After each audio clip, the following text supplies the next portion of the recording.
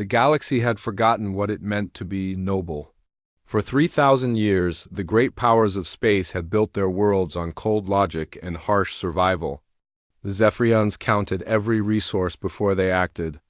The Kalari moved like one giant mind, caring only for their hive. The Nexus Collective saw everything as profit or loss. Honor was a word that made them laugh. Sacrifice for others was just stupid waste. Captain Jake Morrison stood on the bridge of his ship, the New Dawn, watching the stars through the main screen. His crew of 42 humans had been exploring the dark edges of space for 6 months. Now they were looking for new worlds, new resources, anything that might help their small colony back home. Jake was 35 years old, tall and lean with brown hair and steady blue eyes that never looked away from trouble. The ship's computer made a soft beeping sound. Lieutenant Rick Palmer, their engineer, looked up from his console. Rick was a short, stocky man with grease under his fingernails and a mind that could fix anything. Captain, we're picking up something strange. It's old, really old, some kind of signal. Jake walked over to Rick's station. What kind of signal? Distress beacon. The pattern is human, but the technology is ancient. Maybe 3,000 years? Old, it's coming from about 2 light years away in the dead zone. The dead zone was what they called the empty space between star systems. Nothing lived there. Nothing should be there. Jake felt something stir in his chest, something his grandfather might have called duty. Set a course for the signal. Full speed. Dr. Amy Collins, their medical officer, looked worried. She was a small woman with dark hair and kind eyes that saw too much pain in the universe. Captain, shouldn't we report this to the authorities first? The Galactic Council has rules about investigating unknown signals. Jake smiled, but it was not a happy smile. The Galactic Council will take 6 months to decide if it's worth their time. If someone needs help out there, they need it now. The New Dawn turned toward the signal and jumped into hyperspace. 3 hours later, they dropped back into normal space near a massive structure floating in the void. It was clearly a space station, but unlike anything they had seen before. The metal was old and scarred, with strange symbols carved into its hull. Parts of it were dark and dead, but a few sections still glowed with faint light. Life signs? Jake asked. Amy checked her sensors. One human life sign, very weak. Captain, whoever is in there won't last much longer. Jake did not hesitate. Rick, take a team and prepare the docking bay. Amy, get your medical kit, we're going aboard. The airlock opened with a hiss of old air. Jake led the way with Rick and Amy behind him. The station's corridors were dimly lit and filled with the smell of recycled air and old metal. They followed the life signs deeper into the station, past rooms full of ancient equipment and walls, covered with more of those strange symbols. They found her in what looked like a command center. She was sitting in a chair that was too big for her, wearing a uniform that was older than their ship. Her hair was gray and her face was lined with age, but her eyes were sharp and clear. When she saw them, she smiled. I knew someone would come, she said in a voice that was soft but strong. I've been waiting so long. Amy rushed forward with her medical scanner. Ma'am, you need immediate treatment. How long have you been here? 43 years, the woman replied. I'm Commander Lisa Grant, last survivor of the Terran Deep Space Station Eco-7. We've been maintaining the old ways, keeping the old codes alive while we waited for humanity to return. Jake knelt beside her chair. Commander Grant, I'm Captain Jake Morrison. We're here to help you. What old codes? Lisa's eyes brightened. The codes of honor, Captain.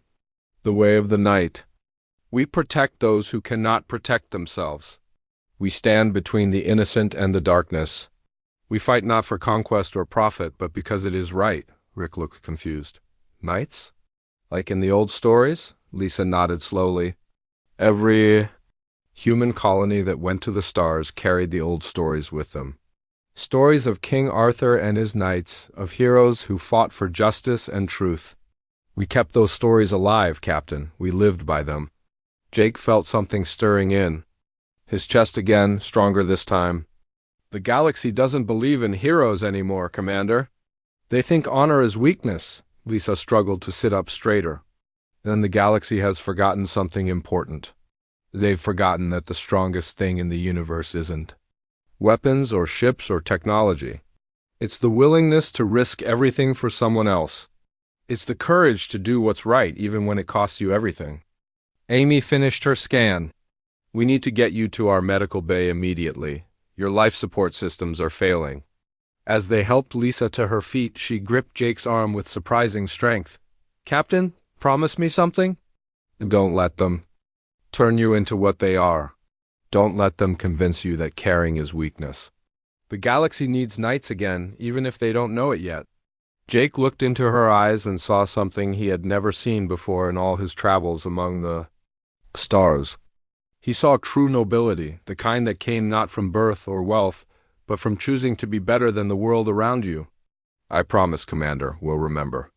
As they walked back toward their ship, carrying the last keeper of the old ways, Jake Morrison began to understand that they had found something much more valuable than any new world or resource. They had found their purpose. 3 weeks after rescuing Commander Lisa Grant, Jake Morrison received a message that changed everything. The communication came from the Outer Rim territories, where small colonies scratched out difficult lives on harsh worlds. The voice belonged to a young girl, maybe 10 years old, and it was filled with terror. Please, someone help us. The bad men came back. They took my mom, Papa. They're taking everyone to the big ships. Please, we're hiding in the caves, but they're coming closer. The message cut off with static and screaming. Jake stood in the communication room of the New Dawn, his hands clenched into fists. Around him, his crew waited for orders. Rick Palmer checked his instruments and shook his head. The signal came from Kepler 442b, Captain. It's a mining colony, about 200 families. Amy Collins pulled up the colony's file on her screen. They mine rare crystals for the Galactic Council.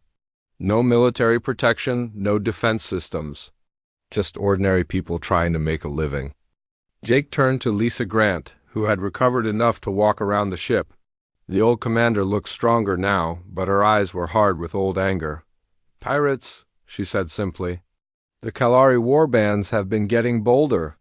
They raid the outer colonies for slaves and resources. What does the Galactic Council do about it? Jake asked. Lisa laughed, but there was no humor in it. They run cost analysis reports. They calculate whether it's worth the expense to send military ships. Usually they decide it's not profitable to protect poor mining families. Rick pulled up star charts on the main screen. Captain, Kepler 442b is 4 days away at maximum speed. Even if we left right now, we'd probably be too late. Jake studied the charts. The mining colony was in the middle of nowhere, far from any major shipping lanes or military bases. If pirates were attacking, no one would come to help. No one except them. How many ships do we have in range? Jake asked. Amy checked the fleet roster. 3 other exploration vessels like ours. The Freedom, the Liberty, and the Courage. They're all small ships, maybe 40 crew each. The pirates probably have at least 20 ships, all armed for war. The numbers were terrible. 4 small exploration ships against a pirate fleet. Any reasonable captain would send a message to the authorities and wait for someone else to handle the problem. Jake looked at his crew and saw the same thought in their eyes. Captain, Rick said quietly, it's suicide. We're not warships, we're explorers. Lisa Grant stepped forward. Rick is right, Captain. It is suicide by any logical calculation. But that's not the only way to measure what we should do. Jake thought about the little girl's voice on the communication. He thought about families hiding in caves while armed pirates hunted them. He thought about the Galactic Council's cost analysis reports. Then he thought about what his grandfather would have done. Send a message to the other ships, Jake ordered. Tell them we're going to help the colony. Any captain who wants to come with us is welcome. Any captain who doesn't want to come should report our position to the authorities. Amy looked worried. Jake, what if the other captains think we're crazy? Then we go alone, Jake replied. But we go. The responses came back within an hour. Captain Ben Torres of the Freedom replied first. My grandfather told me stories about knights too. We're with you. Captain Tony Martinez of the Liberty was next. Someone has to stand up for the innocent. Count us in. Captain Karen White of the Courage sent the shortest message. It's the right thing to do. We're coming. 4 days later, the small human fleet dropped out of hyperspace near Kepler 442b. The planet was a brown and yellow world with thin atmosphere and harsh winds. The mining colony was built in a valley between two mountain ranges, protected from the worst of the weather. 23 pirate ships surrounded the planet like hungry wolves. They were Kalari vessels, built for war with thick armor and heavy weapons. The biggest ship was easily 5 times the size of the New Dawn. They're loading prisoners onto transport ships, Rick reported. Looks like they've taken most of the colonists already. Jake opened a channel to the other human ships. This is Captain Morrison. We all know what we're facing. We're outgunned, outnumbered, and outarmored. But those people down there are counting on us. Captain Torres replied from the Freedom. What are your orders, Jake? Jake looked at Lisa Grant, who stood beside his command chair. The old commander nodded slowly. Remember what I told you about knights, Captain. We don't fight for victory. We fight because someone has to stand between the innocent and the darkness. All ships attack Pattern Alpha, Jake ordered. Protect the transport ships. Get those people to safety. If we have to die today, we die protecting others. The 4 human ships charged toward the pirate fleet. Behind them, the stars watched in silence as humanity remembered what it meant to be heroes. The battle at Kepler 442b should have been forgotten like thousands of other small conflicts in the galaxy. But something strange happened in the days that followed. Word of what the humans had done began to spread, and with it came questions that had not been asked for thousands of years. Dr. Elena Rodriguez sat in her laboratory on the research station Galileo, reading report after report about the fight. Elena was a xenobiologist who studied how different species thought and behaved. She had black hair streaked with gray and intelligent brown eyes that missed nothing. The reports fascinated her because they made no sense. 4 human ships had attacked 23 pirate vessels. The humans should have been destroyed in minutes. Instead, they had fought for 6 hours and saved over 800 colonists. They had lost 2 ships, but they had also captured 3 pirate vessels and forced the rest to retreat. The pirates had never retreated from such a small force before. Computer, show me the tactical analysis of the battle, Elena said. The holographic display showed the movements of all the ships during the fight. Elena watched as the human ships did something the computer called tactically illogical. Instead of attacking the pirate command ship or trying to disable their weapons, the humans had focused entirely on protecting the transport ships full of prisoners. When the pirate ship Liberty's Hope had been badly damaged, Captain Karen White had flown her ship directly between the pirates and a transport full of children. She had died when her ship exploded, but the children had lived. The computer marked this as wasteful sacrifice with no strategic value. Elena frowned. Computer, what was the psychological effect of Captain White's action on the pirate crews? Unknown, insufficient data to calculate psychological impact. That was the problem with computers. They could calculate everything except what mattered most. Elena opened a communication channel to her friend Dr. Sam Cooper, a human engineer, working on the trade world of Sigma Centauri. Sam, I need to ask you something strange, Elena said when his face appeared on the screen. Why did your people fight at Kepler 442b? Sam was a big man with kind eyes and hands that were always dirty from working with machines. He smiled sadly. Because someone had to, Elena, because it was the right thing to do. But you would probably die. Your computer systems must have told you the odds. Of course they did. But there are some things more important than odds. Sam paused. Elena, have you ever heard of knights? Elena had heard the word, but only in old human stories. You mean the warriors with armor and swords? Not just warriors. Knights lived.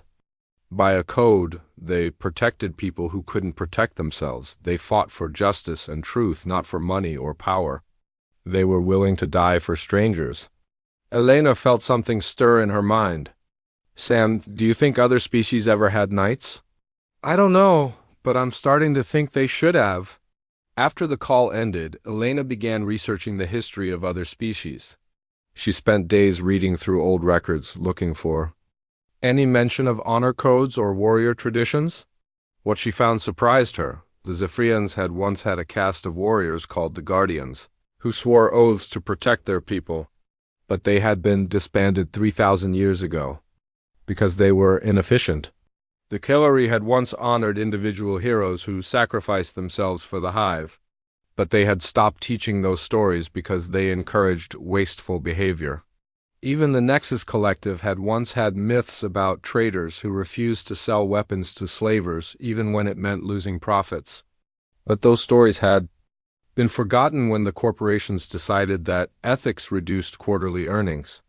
Elena realized that every species in the galaxy had once believed in something greater than survival. They had all forgotten how to be heroes. The proof came from an unexpected source. On Sigma Centauri, Sam Cooper had refused to sell mining equipment to a group of Nexus buyers when he learned they were planning to use slave labor. His human crew had supported him, even though it meant losing a massive contract, the local Zephyrian. Merchants had watched this happen with confusion. One young Zephyrian named Kethnal had asked Sam why he would give up so much money for people he didn't know. Because they're people, Sam had replied. That's enough. Something had changed in Kethnal's eyes. The next day, he had also refused to sell supplies to the slavers. Then another merchant had joined him. Within a week, half the traders on Sigma Centauri were refusing to deal with anyone who used slave labor. Elena documented everything.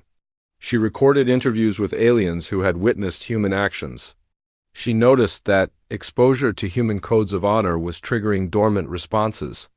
In other species, the Zephyrians were remembering what it felt like to take pride in doing the right thing. The Kellari were beginning to understand that individual sacrifice could strengthen the whole hive. Most interesting of all was what happened to the pirates. 3 Kellari warriors who had been captured at Kepler 442b had asked to speak with Captain Jake Morrison. They wanted to understand why he had shown mercy to defeated enemies. In our culture, the defeated are killed or enslaved, one of them had said. But you gave us medical treatment and food? You treated us with respect. Why? Jake had answered simply.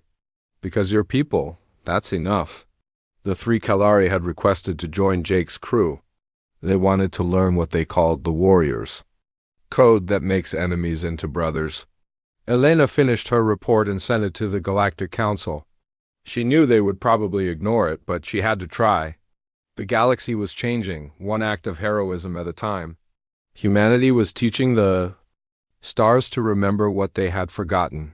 The age of nights was beginning again. The changes started small, like ripples in a pond. On the industrial world of Titan 7, factory workers had labored for centuries under harsh conditions. The Nexus Collective owned everything on the planet, from the air recyclers to the food dispensers. Workers lived in cramped housing blocks and worked 16-hour shifts for barely enough credits to survive. Sam Cooper had come to Titan 7 to repair the main power generator. He was a simple engineer who fixed machines, but the human stories had followed him across the galaxy. The local workers, mostly Zephyrians and a few humans, had heard about Kepler 442b, and the knights who fought for others. Sam's assistant was a young human woman named Julie Adams. She had bright green eyes and a stubborn streak that got her into trouble. Julie had grown up hearing her grandmother's stories about the old days when workers had rights and bosses had to treat people fairly. This is wrong, Julie said as they walked through the factory complex. Around them, alien workers moved like ghosts, too tired to look up from their tasks. Look at them, Sam. They're dying slowly. Sam nodded grimly. The workers were thin and pale, their eyes empty of hope. The factory air was thick with chemical fumes that made breathing hard. Safety equipment was expensive, so the Nexus Collective had decided it was cheaper to replace workers than protect them. What can we do? Sam asked. We're just here to fix machines. Julie stopped walking. Maybe that's the problem. Maybe we've been thinking too small. What if we didn't just fix machines? What if we fixed everything? The idea was crazy. Two humans against the biggest corporation in the galaxy. But Julie had heard the stories of Captain Jake Morrison and his 4 small ships. Sometimes crazy was the only thing that worked. They started by talking to the workers during their short meal breaks. Most of the aliens were too scared to complain, but slowly they began to share their stories. A Zephyrian named Veltok told them about workers who had died from chemical poisoning. A human named Greg Peterson described how his family had been evicted from their housing unit when he complained about safety violations. Back on Earth, workers used to stand together, Julie told them. They formed unions to protect each other. When the bosses were unfair, all the workers would stop working until things got better. The aliens looked confused. But if we stop working, they will fire us, Veltok said. Not if everyone stops working at the same time, Julie replied. They can't fire everyone. They need you to run the factories. Sam was worried. Julie, this could get people hurt. The Nexus Collective doesn't negotiate. They crush opposition. Then we have to be smarter than them, Julie said. We have to be like the knights in the stories. We protect each other. The first test came. When a worker named Beth Collins collapsed from exhaustion on the factory floor, the supervisors wanted to dock her pay for lost production time. Julie stood up in the middle of the factory floor and announced that the human workers would cover Beth's shift so she could rest. This is against regulations, the supervisor said. Each worker must complete their assigned tasks. Fine, Julie replied. Fire us. But then you'll have to explain to your bosses why the main power generator isn't working. She looked around at the other workers. Who else thinks Beth deserves to rest when she's sick? One by one, hands went up. First the humans, then some of the younger Zephyrians, then more and more until most of the factory floor was showing support for Beth. The supervisor backed down. Muttering about reports to management, word of the incident spread through the factory complex. Workers began helping each other more openly. When someone was too sick to work, others would cover their tasks. When supervisors tried to punish workers for safety complaints, whole departments would slow down their production. The Nexus Collectives. Managers were confused. Their efficiency reports showed declining productivity, but they couldn't identify the cause. Workers were still coming to their shifts, still doing their jobs, but somehow everything was taking longer. The answer came when a former pirate named Zethmore arrived on Titan 7. He was a Kalari warrior who had been captured at Kepler 442b and later released by Captain Morrison. Zethmore had spent months trying to understand the human code of honor. He had requested assignment to a human colony to learn their ways. You have created something new, Zethmore told Sam and Julie. You have made the workers think like a hive, but not the old kind of hive. This is a hive that protects its weakest members instead of discarding them. Zethmore began teaching the workers some of the combat principles he had learned from the human crews. Not fighting with weapons, but fighting with unity and purpose. He showed them how to coordinate their actions, how to support each other under pressure, how to stand firm against intimidation. The real test came when Nexus Collective security forces arrived to break up what they called illegal worker gatherings. The security chief expected to find a few troublemakers he could arrest and scare the rest back to work. Instead, he found the entire factory complex standing together. Humans, Zephyrians, and even some Kalari workers linked arms in the main assembly area. They weren't violent or threatening. They were just there, united and unafraid. You are all fired, the security chief announced. Pack your belongings and leave the planet. Sam Cooper stepped forward. You can't fire us. We're the only ones who know how to maintain the equipment. Without us, your factories will shut down in 3 days. The security chief looked around at the hundreds of workers standing together. His few security guards were outnumbered 50-1. More importantly, the workers weren't backing down. They had found something worth fighting for. This isn't over, the security chief said as he retreated. Julie Adams smiled. No, it's just beginning. The workers had learned that they were stronger together than apart. They had remembered what it meant to protect each other. The age of knights was spreading, one workplace at a time. The boardroom of the Nexus Collective was a cold place made of black metal and glass. 12 corporate executives sat around a curved table, their faces lit by the glow of profit reports and loss statements. The numbers were bad and getting worse. Executive Prime Nex Valdris was a tall, thin alien with gray skin and no emotions. He had spent his entire life turning everything into numbers. People were resources, time was money, mercy was waste. But now his perfect system was falling apart. The human infection is spreading, he announced to the board. Worker productivity is down 30% across 47 worlds.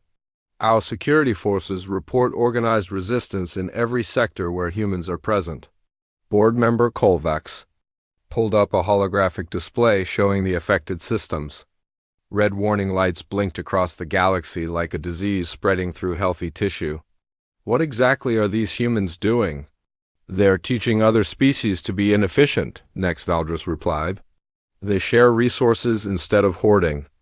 They protect the weak instead of discarding them. They choose principle over profit. It's destroying our business model. Another board member, a creature called Yethnal, leaned forward. Can we negotiate with them? Offer them better contracts? You don't understand, Nex Valdris said. They don't want better contracts. They want to change everything. They want workers to have rights. They want fair wages. They want safety regulations. They want to treat people like people instead of property. The board fell silent. These concepts were so foreign to them that they struggled to understand why anyone would want such things.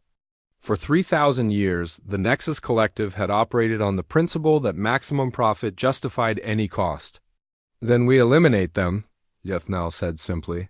We hire mercenaries. We destroy their ships. We remove the source of infection. Nex Valdris nodded slowly. I've already made the arrangements. The best mercenary fleets in the galaxy are moving into position. We'll hit every human colony simultaneously. Quick, clean, efficient. The mercenary fleet was massive. 200 ships of various sizes and designs, all equipped for war. Pirates, rogue military units, and corporate enforcers had all been hired for the same job. Wipe out humanity before their ideas spread any further, Admiral Claire Thompson stood on the bridge of the human ship Excalibur, watching the enemy fleet approach. Claire was a woman in her 50s with silver hair and steel-gray eyes that had seen too many battles. She commanded the largest human fleet ever assembled, but it was still pitifully small compared to what was coming. How many ships do we have? She asked her tactical officer, Lieutenant Commander Paul Harris. Paul was a young man with nervous energy and a brilliant mind for strategy. 47 human vessels, Admiral. But we're not alone. We have 136 alien ships that have volunteered to fight with us. Claire raised an eyebrow. Alien ships? Flying with us? Yes, ma'am, Zephyrian merchants who adopted our trade ethics. Kelari warriors who want to learn our honor code. Even some Nexus Collective ships whose crews mutinied when they learned about the extermination order. On the main screen, Claire could see the approaching enemy fleet. It was like watching a storm roll in, dark and threatening and unstoppable. But around her own ship, she could see something that had never existed before in the galaxy's history. Humans and aliens flying together, united by shared beliefs instead of species loyalty. Admiral, came a voice over the communication system. This is Captain Zethmore of the Kalari vessel Honor's Edge. My crew requests permission to take the most dangerous position in the battle formation. Claire smiled. Granted, Captain. But why do you want the most dangerous position? Because that is what knights do, Zethmore replied. They face the greatest danger to protect others. The battle began badly for the human alliance. The mercenary fleet was larger, better armed, and more experienced. Within the first hour, 12 human ships had been destroyed. The enemy was trying to punch through their formation to reach the civilian transports behind them. But something strange happened as the battle continued. The mercenary ships began to have problems. Some of their crews were refusing orders to fire on civilian targets. Others were defecting mid-battle, switching sides to join the human alliance. What's happening out there? Claire asked. Paul studied his tactical display. It's the mercenary crews, Admiral. Many of them have been exposed to human influence over the past months. They're remembering what it feels like to have principles. The tide of battle turned when pilot Sarah Johnson made a decision that changed everything. Her ship, the Defiant, had been badly damaged and was about to be destroyed. Instead of trying to escape, she flew her ship directly into the path of enemy missiles aimed at a transport full of alien children. The explosion lit up space like a new star. Sarah died instantly, but the children lived. And every ship in both fleets saw what she had done. The enemy fleet's morale shattered. Ship after ship began to surrender or retreat. The mercenary commanders found themselves commanding crews who no longer wanted to fight against people who would die for strangers. Claire opened a channel to the entire battlefield. To all ships, this is Admiral Thompson. We offer medical aid to wounded enemies. We offer mercy to those who surrender. We offer forgiveness to those who want to change sides. The most powerful fleet ever assembled to destroy humanity began to fall apart. Not because they were defeated in battle, but because they were defeated by the power of an idea. The idea that some things were worth dying for. By the end of the day, the Nexus Collective had lost 60% of their mercenary fleet. Not to superior weapons or tactics, but to the realization that the humans were fighting for something better than survival. The galaxy would never be the same. The Nexus Collective boardroom was no longer filled with confident voices. Executive Prime Nex Valdris stared at the reports on his screen, watching his corporate empire crumble. 60% of their mercenary fleet had either surrendered or joined the Human Alliance. Worker uprisings had spread to over 200 worlds. Even worse, many of his own employees were quitting to join what they called the New Way. "Sir," his assistant said nervously, "the other board members are demanding an emergency meeting." Nex Valdris looked up from his screen. His gray skin seemed paler than usual, and his cold eyes showed something that had never been there before: fear. "Tell them to prepare surrender terms. We can't fight an enemy that turns our own people against us." Across the galaxy, Admiral? Claire Thompson stood in the command center of the newly established Galactic Knights headquarters. The station had been built in neutral space, funded by donations from worlds that had embraced the human way of thinking.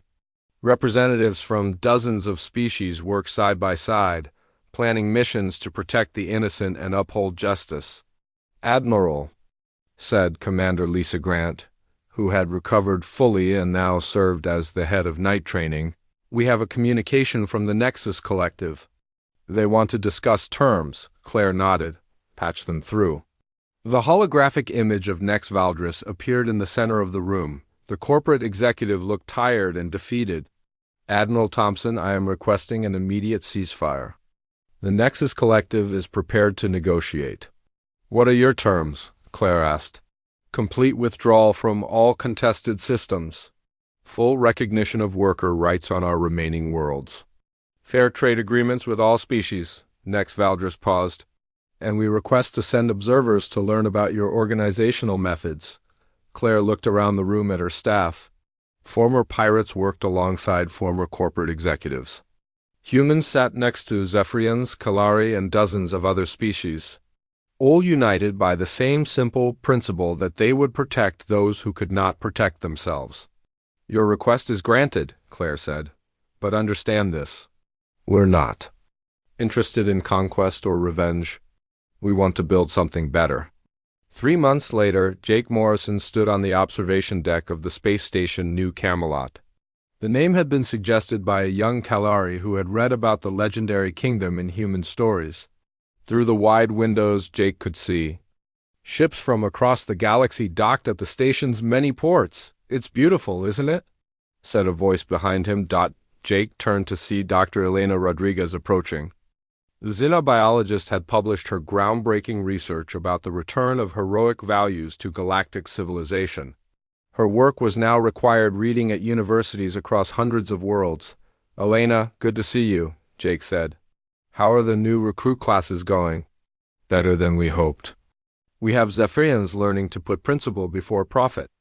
Kalari discovering that individual sacrifice can strengthen the whole.